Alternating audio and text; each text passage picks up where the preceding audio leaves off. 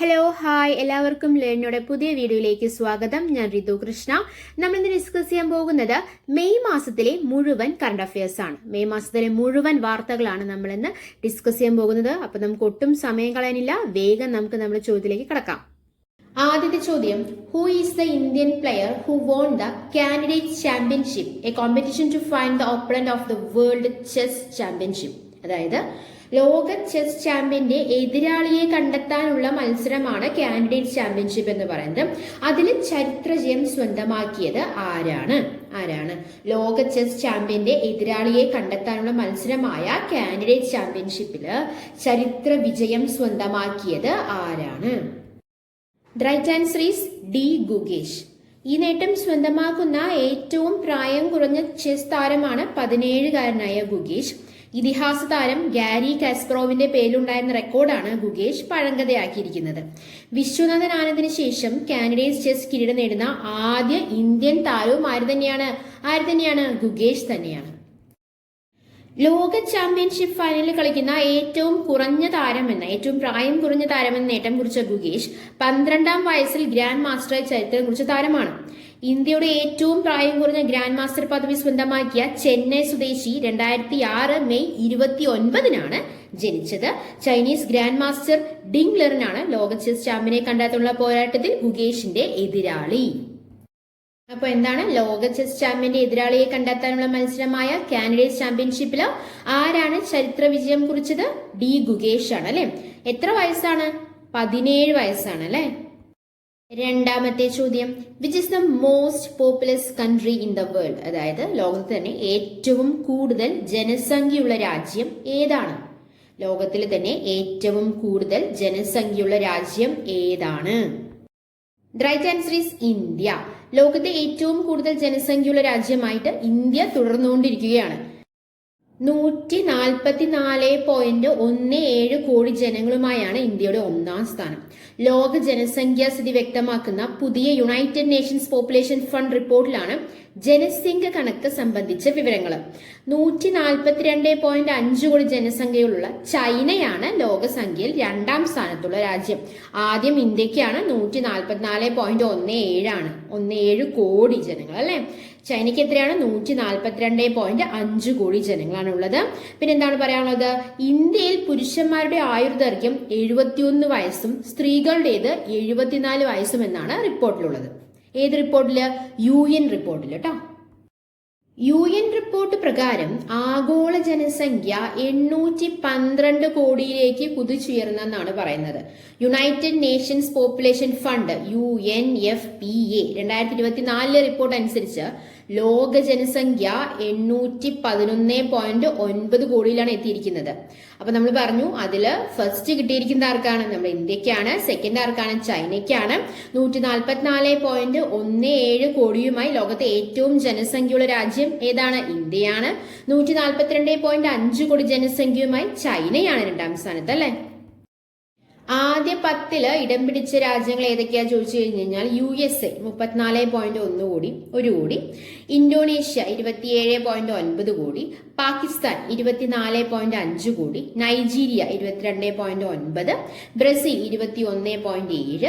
Bangladesh 17.4. Russia 14.4. Mexico 12.9 എന്നിവരാണ് ആദ്യ 10 മറ്റ് രാഷ്ട്രങ്ങൾ. ആ കണക്ക് പ്രകാരം 15 to 64 പ്രായപരിധിയിലുള്ളവരാണ് ആകെ ജനസംഖ്യയുടെ 65% പേരും. 14 വയസ്സുള്ളവരെക്കാൾ 25%, 65 വയസ്സിന് മുകളിലുള്ളവർ 10%. അപ്പോൾ 14 വയസ്സിന് മുകളിലുള്ളവർ 25%, 65 വയസ്സിന് മുകളിലുള്ളവർ 10%മാണ് ലോക കണക്കിൽ വരുന്നത്. ആഗോളതലത്തില് പുരുഷന്മാരുടെ ആയുർദൈർഘ്യം 71 വയസ്സും സ്ത്രീകളുടേത് 76 വയസ്സുമാണ്. ഇതിലെ ഏറ്റവും സങ്കടകരമായ ഒരു കണക്ക് എന്താന്ന് പറഞ്ഞു കഴിഞ്ഞാൽ 200 കോടി ജനങ്ങൾ പട്ടിണി നേരിടുമ്പോൾ ലോകത്ത് ഒരു വർഷം പാഴാക്കുന്ന ഭക്ഷണം 100 കോടി മെട്രിക് ടണ്ണാണ്. പട്ടിണി നേരിടുന്ന 200 കോടി ജനങ്ങൾക്കും എല്ലാ ദിവസവും ഓരോ നേരം കൊടുക്കാൻ കഴിയുന്നത്ര ഭക്ഷണമാണ് നമ്മൾ പാഴാക്കി കളയുന്നത്. അപ്പൊ നമ്മളിപ്പോ എന്താണ് പറഞ്ഞത്? ലോകത്തെ ഏറ്റവും കൂടുതൽ ജനസംഖ്യയുള്ള രാജ്യമായിട്ട് ഇന്ത്യ തുടർന്നുകൊണ്ടിരിക്കുകയാണ് അല്ലെ. 2ാം സ്ഥാനം ആർക്കാണ്? ചൈനയ്ക്കാണ് അല്ലെ. മൂന്നാമത്തെ ചോദ്യം, who broke a world record in the men's discus throw at that had stood since 1986? പുരുഷ ഡിസ്കസ് ത്രോയിൽ 38 വർഷങ്ങൾക്ക് ശേഷം പുതിയ ലോക റെക്കോർഡ് നേടിയ താരം ആരാണെന്നാണ് ചോദ്യം, അല്ലെ? പുരുഷ ഡിസ്കസ് ത്രോയിൽ 38 വർഷങ്ങൾക്ക് ശേഷം പുതിയ ലോക റെക്കോർഡ് പിറന്നിരിക്കുകയാണ്. ആര് കാരണമാണ് പുതിയ ലോക റെക്കോർഡ് പിറന്നിരിക്കുന്നത്? The right answer is Mykolas Alekna. പുരുഷ ഡിസ്കസ് ത്രോയിൽ 38 വർഷങ്ങൾക്ക് ശേഷം പുതിയ ലോക റെക്കോർഡ് പിറന്നിരിക്കുകയാണ്. ലിത്വാനിയൻ താരം മൈക്ലോസ് അലഗ്നയാണ് 74.35 മീറ്റർ പിന്നിട്ട് പുതിയ ദൂരം കുറിച്ചത്. ഒക്കലോമ ത്രോസ് സീരീസിലായിരുന്നു മൈക്ലോസ് അലഗ്നയുടെ റെക്കോർഡ് നേട്ടം. ഡിസ്കസ് ഇതിഹാസം വിർജിലിയൂസ് അലഗ്നയുടെ മകനാണ് മൈക്ലോസ്. 1986 ജർമ്മനിയുടെ യൂർഗൻ ഷൂട്ട് കുറിച്ചതായിരുന്നു പുരുഷ ഡിസ്കസ് ത്രോയിലെ മുൻ റെക്കോർഡ്. ആ റെക്കോർഡാണ് മൈക്ലോസ് അലഗ്ന മറികടന്നിരിക്കുന്നത്. ഓക്കെ, അപ്പോ പുരുഷ ഡിസ്കസ് ത്രോയില് 38 വർഷങ്ങൾക്ക് ശേഷം പുതിയ ലോക റെക്കോർഡ് കുറിച്ചത് ആരാണ്?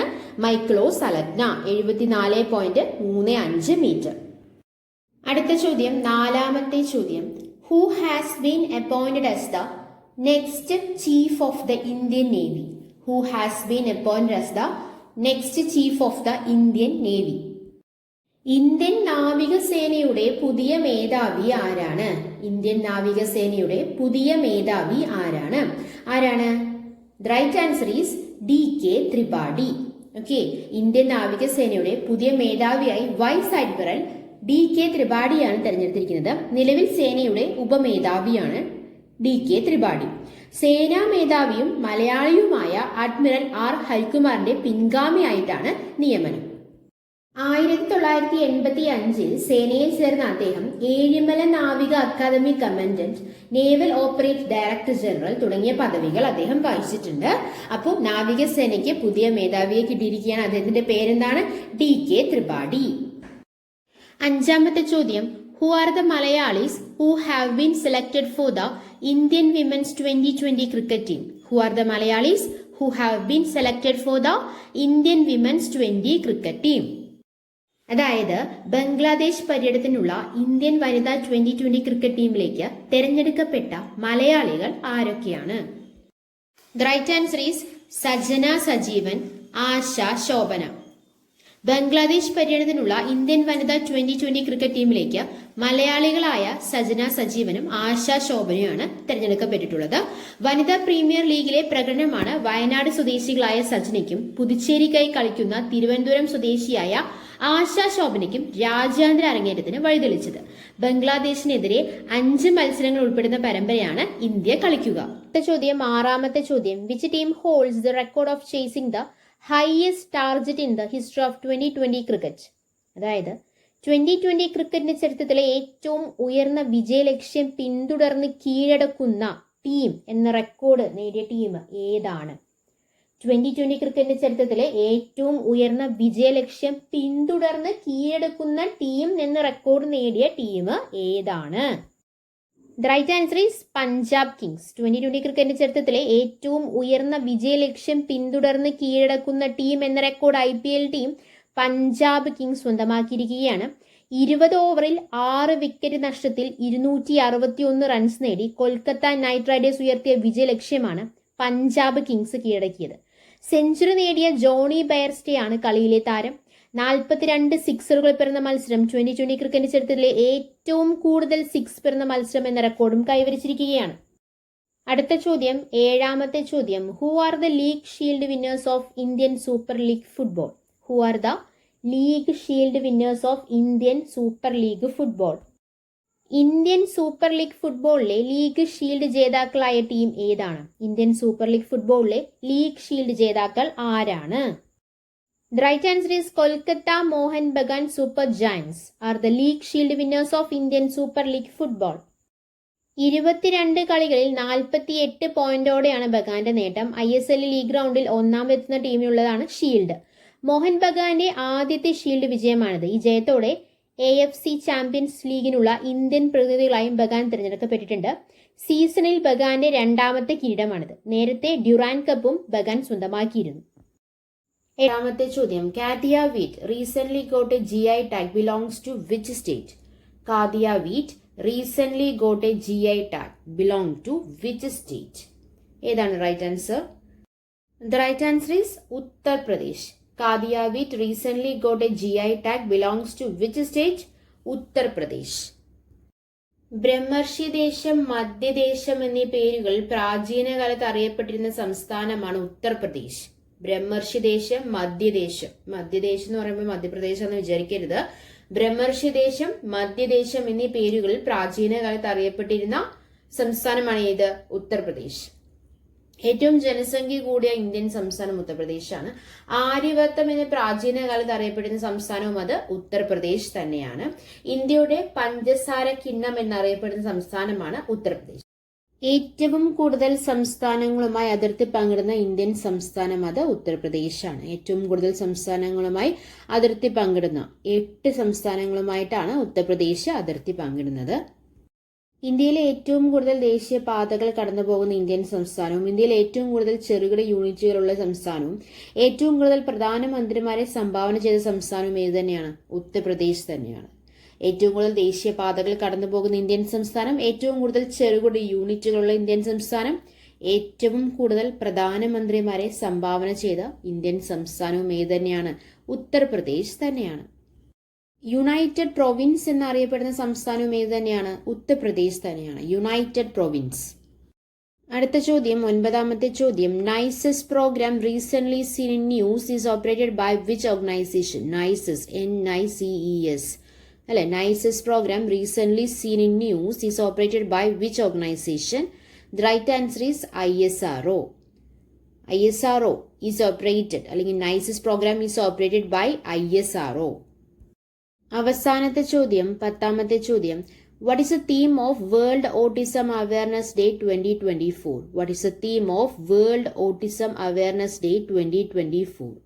എന്താണ് world autism awareness day 2014 theme? എന്താണ്? Empowering autistic voices. Empowering autistic voices is the theme of world autism awareness day 2024.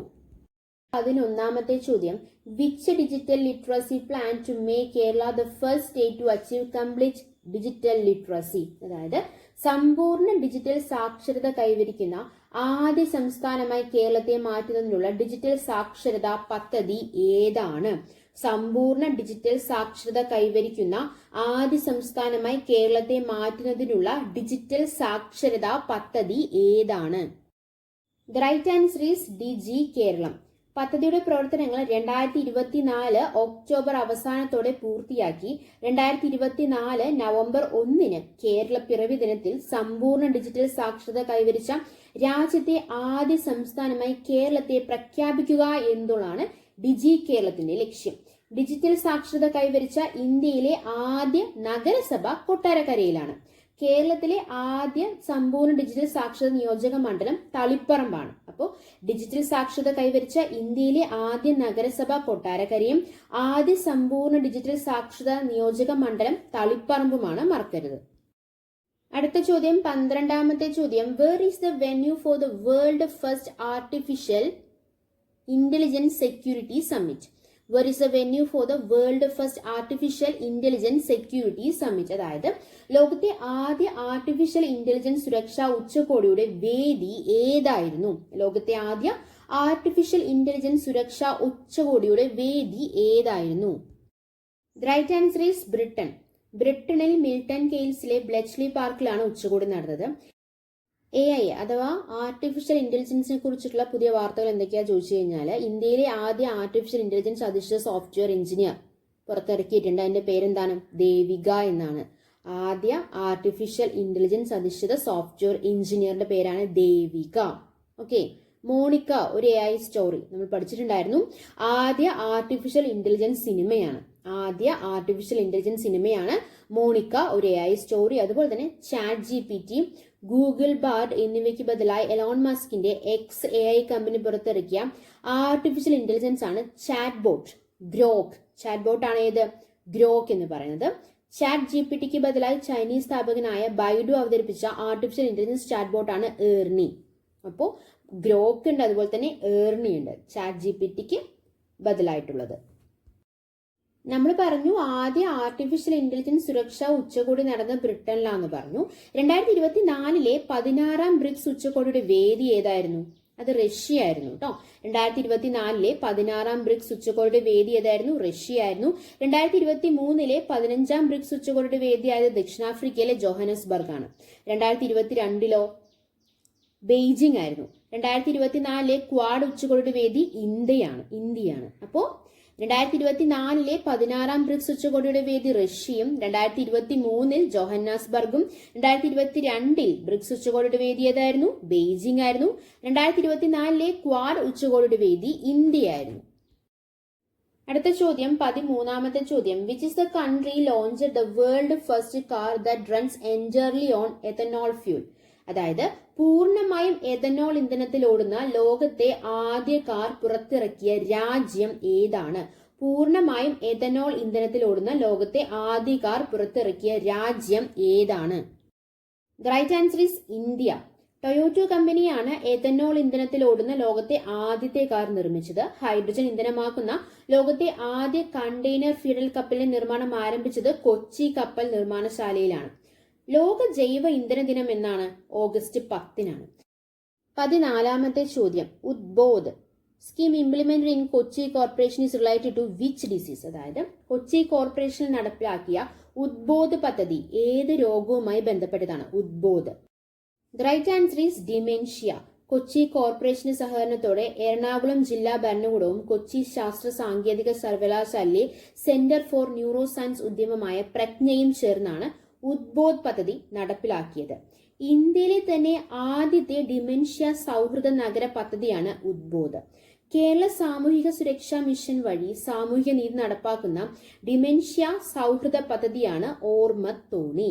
അപ്പോൾ ഡിമെൻഷ്യ സൗഹൃദ പദ്ധതി ഓർമ്മത്തോണിയും, അതുപോലെ തന്നെ കൊച്ചി കോർപ്പറേഷൻ നടപ്പാക്കിയ ഉദ്ബോധ് പദ്ധതി ഡിമെൻഷ്യ എന്ന രോഗവുമായി ബന്ധപ്പെട്ടതുമാണ്. നവജാത ശിശുക്കളുടെ സമഗ്ര ആരോഗ്യ പരിശോധനയ്ക്കുള്ള ആരോഗ്യ വകുപ്പിന്റെ പദ്ധതിയുടെ പേരെന്താണെന്നറിയാമോ? ശലഭം എന്നാണ്. ഓക്കെ, അപ്പൊ നമ്മൾ എന്താണ് പറഞ്ഞത്? എന്താണ് ഉദ്ബോധ്? ആദ്യത്തെ ഡിമെൻഷ്യ സൗഹൃദ നഗര പദ്ധതിയാണ് ഉദ്ബോധ് എന്ന് പറയുന്നത്. ശലഭം എന്താണ്? നവജാത ശിശുക്കളുടെ സമഗ്ര ആരോഗ്യ പരിശോധനയ്ക്കുള്ള ആരോഗ്യ വകുപ്പിന്റെ പദ്ധതിയാണ് ശലഭം എന്ന് പറയുന്നത്. ഓർമ്മത്തോണി എന്താണ്? കേരള സാമൂഹിക സുരക്ഷാ മിഷൻ വഴി സാമൂഹിക നീതി വകുപ്പ് നടപ്പാക്കുന്ന ഡിമെൻഷ്യ സൗഹൃദ പദ്ധതി തന്നെയാണ് ഏത്? ഓർമ്മത്തോണി. ഇനി അടുത്ത് സ്നേഹപൂർവ്വം എന്നൊരു പദ്ധതിയും കൂടി ഉണ്ട്. ആ പദ്ധതി എന്തിനു വേണ്ടിയിട്ടാണ്?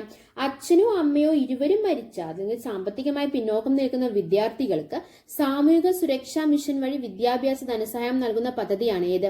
സ്നേഹപൂർവ്വം. അതുപോലെ തന്നെ ഒരു പദ്ധതിയാണ് ഹൃദ്യം. ജന്മനായുള്ള ഹൃദ്രോഗം സമയബന്ധിതമായി ചികിത്സിക്കാനുള്ള ആരോഗ്യ വകുപ്പിന്റെ പദ്ധതിയാണ് ഏത്? ഹൃദ്യം എന്നുള്ള പദ്ധതി. അടുത്ത ചോദ്യം 15ാമത്തെ ചോദ്യം, അവസാനത്തെ ചോദ്യം. Who has been awarded Ezhuthachan award 2023? Kerala's government high honour for comprehensive contribution to the field of literature. അതായത് സാഹിത്യരംഗത്തെ സമഗ്ര സംഭാവനയ്ക്കുള്ള കേരള സർക്കാരിന്റെ പരമോന്നത ബഹുമതിയാണ് ഏത്? എഴുത്തച്ഛൻ പുരസ്കാരം. നമുക്കറിയാം അത് 2023 ലഭിച്ചത് ആർക്കാണ്? The right answer is SK Vasanthan. എന്റെ ഗ്രാമം, എന്റെ ജനത, അരക്കില്ലം തുടങ്ങിയവയാണ് SK വസന്തന്റെ പ്രധാന നോവലുകൾ. കേരളത്തിന്റെ സാമൂഹിക നവോത്ഥാനത്തിന്റെ അടയാളപ്പെടുത്തുന്ന അദ്ദേഹത്തിന്റെ കൃതിയാണ് ഏത്? കാലം സാക്ഷി. Who is the youngest prime minister in Irish history? Who is the youngest prime minister in Irish history? അതായത് അയർലൻഡിലെ ചരിത്രത്തിലെ ഏറ്റവും പ്രായം കുറഞ്ഞ പ്രധാനമന്ത്രി ആരാണ്? Youngest prime minister. അയർലൻഡിലെ ചരിത്രത്തിലെ ഏറ്റവും പ്രായം കുറഞ്ഞ പ്രധാനമന്ത്രി ആരാണ്? The right answer is Simon Harris. 37 വയസ്സുള്ള സൈമൺ ഹാരിസ് ആണ് അയർലൻഡിലെ ചരിത്രത്തിലെ ഏറ്റവും പ്രായം കുറഞ്ഞ പ്രധാനമന്ത്രി. അയർലൻഡിന്റെ ചരിത്രത്തിലെ ഏറ്റവും പ്രായം കുറഞ്ഞ പ്രധാനമന്ത്രി സ്ഥാനമേറ്റതോടെ ലോകത്തെ യുവരാജ്യങ്ങളിൽ ഒന്നായിരിക്കുകയാണ് ഈ രാജ്യം. കോവിഡ് തരംഗത്തെ അയർലൻഡ് വിജയകരമായി അതിജീവിച്ചതിന് പിന്നിൽ പ്രവർത്തിച്ച മുൻ ആരോഗ്യ ഉന്നത വിദ്യാഭ്യാസ മന്ത്രി കൂടിയായിരുന്നു. രാജ്യത്തിന്റെ 16ാം പ്രധാനമന്ത്രിയെ തെരഞ്ഞെടുക്കപ്പെട്ട 37കാരൻ സൈമൺ ഹാരിസ്. അപ്പോൾ സൈമൺ ഹാരിസ് ആരായിരുന്നു? മുൻ ആരോഗ്യ ഉന്നത വിദ്യാഭ്യാസ മന്ത്രി കൂടിയായിരുന്നു. രാജ്യത്തിന്റെ 16ാം പ്രധാനമന്ത്രിയായി തെരഞ്ഞെടുക്കപ്പെട്ട സൈമൺ ഹാരിസ് എത്ര വയസ്സാണ്? 37 വയസ്സാണ്. അയർലൻഡ് ചരിത്രത്തിലെ ഏറ്റവും പ്രായം കുറഞ്ഞ പ്രധാനമന്ത്രിയും കൂടിയാണ് ആര്? Simon Harris. തലസ്ഥാനമായ ഡബ്ലിനിൽ നിന്ന് 30 കിലോമീറ്റർ അകലെ തീരനഗരമായ ഗ്രേസ് ടൗൺസിലാണ് സൈമൺ ഹാരിസ് ജനിച്ചത്. പിതാവ് ടാക്സി ഡ്രൈവറും മാതാവ് സ്പെഷ്യൽ സ്കൂൾ ജീവനക്കാരിയുമായിരുന്നു. ഓട്ടിസം ബാധിച്ച സഹോദരൻ ആദമിന്റെ അവകാശങ്ങൾക്ക് വേണ്ടി ചെറുപ്പത്തിൽ നടത്തിയ പ്രാദേശിക ക്യാമ്പയിനാണ് തന്നെ രാഷ്ട്രീയത്തിൽ എത്തിച്ചെന്ന് ഹാരിസ് പറഞ്ഞിട്ടുണ്ട്. 16-ാം വയസ്സിൽ ഫിനെഗേൽ പാർട്ടിയുടെ യുവജന വിഭാഗത്തിൽ ചേർന്ന ഹാരിസ് മുഴുവൻ സമയ രാഷ്ട്രീയ പ്രവർത്തനാകാൻ 20-ാം വയസ്സിൽ സർവകലാശാല പഠനം ഉപേക്ഷിച്ചു. ഡബ്ലിൻ ഇൻസ്റ്റിറ്റ്യൂട്ട് ഓഫ് ടെക്നോളജിയിൽ ജേർണലിസവും ഫ്രഞ്ച് സാഹിത്യവുമായിരുന്നു പഠന വിഷയം. 24-ാം വയസ്സിൽ പാർലമെന്റ് അംഗവും 29-ാം വയസ്സിൽ ക്യാബിനറ്റ് മന്ത്രിയുമായ ഒരു വ്യക്തിയാണ് ആര്? Simon Harris. 2.4 ലക്ഷം യൂറോയാണ് അയർലൻഡ് പ്രധാനമന്ത്രിയുടെ വാർഷിക ശമ്പളം. അതായത് 2.16 കോടി രൂപ. ഐറിഷ് സർക്കാർ ജീവനക്കാരന്റെ ശരാശരി വാർഷിക ശമ്പളം 44,000 യൂറോയാണ്. 17-ാമത്തെ ചോദ്യം, who is the recently diseased Nobel prize winner who predicted the possibility of the fundamental particle Higgs boson? അടിസ്ഥാന കണികയായ ഹിഗ്സ് ബോസോണിന്റെ സാധ്യത പ്രവചിച്ച ഈയിടെ അന്തരിച്ച നോബൽ പ്രൈസ് ജേതാവ് ആരാണ് എന്നുള്ളതാണ് ചോദ്യം. അടിസ്ഥാന കണികയായ ഹിഗ്സ് ബോസോണിന്റെ സാധ്യത പ്രവചിച്ച ഈയിടെ അന്തരിച്ച നോബൽ പ്രൈസ് ജേതാവ് ആരാണ്?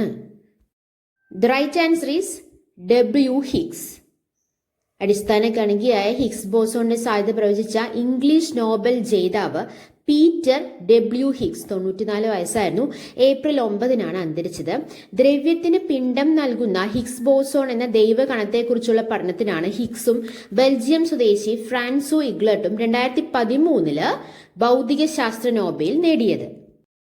ഹിഗ്സ് ബോസോൺ കണത്തിന്റെ സാധ്യത ഹിഗ്സ് മുന്നോട്ട് വെച്ചത് 1964-ലാണ്. 1924-ൽ ഇന്ത്യൻ ശാസ്ത്രജ്ഞൻ സത്യേന്ദ്രനാഥ് ബോസ് രൂപം നൽകിയ ബോസോൺ കണികാ സിദ്ധാന്തമാണ് ഇതിനടിസ്ഥാനമായത്. ജനീവയിൽ European organisation for nuclear research ആസ്ഥാനത്ത് ഭൂമിക്കടിയിൽ സ്ഥാപിച്ചിരുന്ന ലാൻഡ് ഹാഡ്രൺ കൊളൈഡറിൽ നടത്തിയ പരീക്ഷണങ്ങളാണ് ദൈവകണത്തിന്റെ അസ്തിത്വം 2012-ൽ തെളിയിച്ചത്. തുടർന്നാണ് ഇതിന് ഹിഗ്സ് ബോസോൺ എന്ന പേരും നൽകിയത്. അങ്ങനെ അടിസ്ഥാന കണികയായ ഹിഗ്സ് ബോസോണിന്റെ സാധ്യത പ്രവചിച്ച ഇംഗ്ലീഷ് നോബൽ ജേതാവ് ആരാണ്? Peter W Higgs. അടുത്ത ചോദ്യം 18-ാമത്തെ ചോദ്യം, who hold the record for being the oldest number 1 player in single tennis history? Who hold the record for being the oldest number 1 player in single tennis history? അതായത് singles tennis ചരിത്രത്തിലെ ഏറ്റവും പ്രായമേറിയ 1-ാം റാങ്കുകാരൻ എന്ന record നേടിയ താരം ആരാണ്? എന്താണ്? Singles tennis ചരിത്രത്തിലെ ഏറ്റവും പ്രായമേറിയ 1-ാം റാങ്കുകാരൻ എന്ന റെക്കോർഡ് നേടിയ താരം ആരാണ്? The right answer is Novak ജോക്കോവിച്ച്. സിംഗിൾസ് ടെന്നീസ് ചരിത്രത്തിലെ ഏറ്റവും പ്രായമേറിയ 1-ാം റാങ്കുകാരൻ എന്ന റെക്കോർഡ് നേടിയ താരം ആരാണ്? നൊവാക് ജോക്കോവിച്ച് ആണ്. ടെന്നീസ് റാങ്കിങ്ങിൽ ഏറ്റവും കൂടുതൽ ആഴ്ചക്കാലം 1-ാം റാങ്ക് സ്വന്തമാക്കിയതിന്റെ റെക്കോർഡും ഇദ്ദേഹത്തിന്റെ പേരിലാണ്. ടെന്നീസ് റാങ്കിങ്ങിൽ ഏറ്റവും കൂടുതൽ ആഴ്ചക്കാലം 1-ാം റാങ്ക് സ്വന്തമാക്കിയതിന്റെ റെക്കോർഡും നൊവാക് ജോക്കോവിച്ചിന്റെ പേരിലാണ്. നമ്മൾ പറഞ്ഞു സിംഗിൾസ് ടെന്നീസ് ചരിത്രത്തിലെ ഏറ്റവും പ്രായമേറിയ 1-ാം റാങ്കുകാരൻ എന്ന റെക്കോർഡ് സെർബിയൻ താരം നൊവാക് ജോക്കോവിച്ച് സ്വന്തമാക്കിയെന്ന് നമ്മൾ പറഞ്ഞു. സ്വിറ്റ്സർലൻഡിലെ ഇതിഹാസ താരം റോജർ ഫെഡററുടെ പേരിലായിരുന്ന റെക്കോർഡായിരുന്നു ഇത്. 36 വയസ്സും 321 ദിവസം പ്രായമുള്ള ജോക്കോവിച്ച് മറികടന്നത്. കൂടുതൽ ആഴ്ചക്കാലം 1-ാം റാങ്ക് സ്വന്തമാക്കിയ റെക്കോർഡും ജോക്കോവിച്ചിന്റെ പേരിലാണ് നമ്മൾ പറഞ്ഞു. വനിതാ താരം സ്റ്റെഫി ഗ്രാഫിനെയാണ് ഇക്കാര്യത്തിൽ ജോക്കോവിച്ച് മറികടന്നത്. 377 ആഴ്ച. 19-ാമത്തെ ചോദ്യം, who is the oldest living man? ജീവിച്ചിരിക്കുന്നവരിൽ ഏറ്റവും പ്രായമേറിയ പുരുഷൻ എന്ന റെക്കോർഡ് നേടിയത് ആരാണ്? ജീവിച്ചിരിക്കുന്നവരിൽ ഏറ്റവും പ്രായമേറിയ പുരുഷൻ എന്ന റെക്കോർഡ് നേടിയത് ആരാണ്? The right answer is John Alfred. ജീവിച്ചിരിക്കുന്നവരിൽ ഏറ്റവും പ്രായമേറിയ പുരുഷൻ എന്ന റെക്കോർഡ് ഇംഗ്ലണ്ടിലെ ജോൺ ആൽഫ്രഡ് ആണ് നേടിയത്. ജപ്പാനിലെ ഗിസാബുറെ സൊനോബ അന്തരിച്ചതോടെയാണ്, അതായത് 112 വയസ്സുള്ള ഒരു അപ്പൂപ്പൻ അന്തരിച്ചതിലൂടെയാണ് 111 വയസ്സുള്ള ഇദ്ദേഹത്തിന് ആ റെക്കോർഡ് മറികടക്കാനായിട്ട് സാധിച്ചത്. എന്നാൽ ജീവിച്ചിരിക്കുന്നവരിലെ ഏറ്റവും പ്രായമേറിയ വ്യക്തി സ്പെയിനിലെ മരിയ ബെന്യാസ് മൊറേറയാണ്. 117 വയസ്സ്. 20-ാമത്തെ ചോദ്യം, Election Commission of India initiated mission 414 in which state to boost voter turn out in polling stations? Election Commission of India initiated Mission 414 in which state to boost voter turnout in polling stations? എന്താണ് ഈ ചോദ്യത്തിന്റെ അർത്ഥം? Polling സ്റ്റേഷനുകളിലെ voting ശതമാനം വർദ്ധിപ്പിക്കുന്നതിനായി Indian തെരഞ്ഞെടുപ്പ് commission mission 414 ആരംഭിച്ചിരുന്നു. അത് ഏത് സ്റ്റേറ്റിലാണ്, ഏത് സംസ്ഥാനത്താണ് അത് ആരംഭിച്ചത്? പോളിംഗ് സ്റ്റേഷനുകളിലെ വോട്ടിംഗ് ശതമാനം വർദ്ധിപ്പിക്കുന്നതിനായി ഇന്ത്യൻ തെരഞ്ഞെടുപ്പ് കമ്മീഷൻ മിഷൻ 414 ആരംഭിച്ചത് ഏത് സംസ്ഥാനത്താണെന്നാണ് ചോദ്യം. ഏത് സംസ്ഥാനത്താണ്? The right answer is Himachal Pradesh. Election Commission of India initiated Mission 414 to boost voter turnout in polling stations in Himachal Pradesh. Himachal പ്രദേശിന്റെ പ്രത്യേകതകൾ എന്തൊക്കെയാണ്? ഇന്ത്യയുടെ ഏറ്റവും വടക്കേ അറ്റത്തുള്ള സംസ്ഥാനമാണ് ഹിമാചൽ പ്രദേശ്, അല്ലെ? ഇന്ത്യയിലെ ആദ്യ പുകവിമുക്ത സംസ്ഥാനവും ഏത് തന്നെയാണ്? ഹിമാചൽ പ്രദേശ് തന്നെയാണ്. പഹാരി ഭാഷ പ്രചാരത്തിലുള്ള ഇന്ത്യൻ സംസ്ഥാനം അത് ഹിമാചൽ പ്രദേശാണ്. ആപ്പിൾ ഉൽപാദനത്തിൽ മുന്നിൽ നിൽക്കുന്ന ഇന്ത്യൻ സംസ്ഥാനവും ഹിമാചൽ പ്രദേശാണ്. ഇന്ത്യയിലെ ആദ്യത്തെ കാർബൺ വിമുക്ത സംസ്ഥാനം, അപ്പോൾ ഇന്ത്യയിലെ ആദ്യത്തെ പുകവിമുക്ത സംസ്ഥാനവും ഇന്ത്യയിലെ ആദ്യത്തെ കാർബൺ വിമുക്ത സംസ്ഥാനവും അത് ഹിമാചൽ പ്രദേശ് തന്നെയാണ്. പ്ലാസ്റ്റിക് ബാഗ് നിരോധിച്ച ആദ്യ സംസ്ഥാനം അത് ഹിമാചൽ പ്രദേശാണ്. അപ്പൊ ആദ്യ പുകവിമുക്ത സംസ്ഥാനം, ആദ്യത്തെ കാർബൺ വിമുക്ത സംസ്ഥാനം, പ്ലാസ്റ്റിക് ബാഗ് നിരോധിച്ച ആദ്യ സംസ്ഥാനവും എല്ലാം ഏത് തന്നെയാണ്?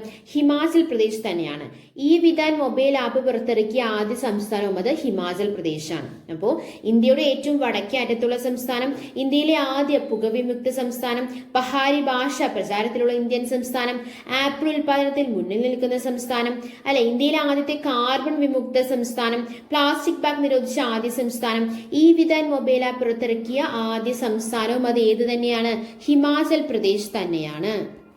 ഹിമാചൽ പ്രദേശിലെ വിശേഷങ്ങൾ എന്തൊക്കെയാണ്? ഇന്ത്യയുടെ ആപ്പിൾ സംസ്ഥാനം എന്നറിയപ്പെടുന്നു, ഇന്ത്യയുടെ പഴക്കൂട എന്നറിയപ്പെടുന്നു, ഇന്ത്യയുടെ പർവ്വത സംസ്ഥാനം എന്നറിയപ്പെടുന്നുണ്ട്, ഋതുക്കളുടെ സംസ്ഥാനം എന്നറിയപ്പെടുന്നുണ്ട്. എന്താണ്? ഇന്ത്യയുടെ ആപ്പിൾ സംസ്ഥാനം, ഇന്ത്യയുടെ പഴക്കൂട, ഇന്ത്യയുടെ പർവ്വത സംസ്ഥാനം, ഋതുക്കളുടെ സംസ്ഥാനം എന്നെല്ലാം അറിയപ്പെടുന്ന ഏത് തന്നെയാണ്? ഹിമാചൽ പ്രദേശ് തന്നെയാണ്. ഹിമാചൽ പ്രദേശിലെ ഏറ്റവും വലിയ നഗരം ഏതാണ്? ഷിംലയാണ്.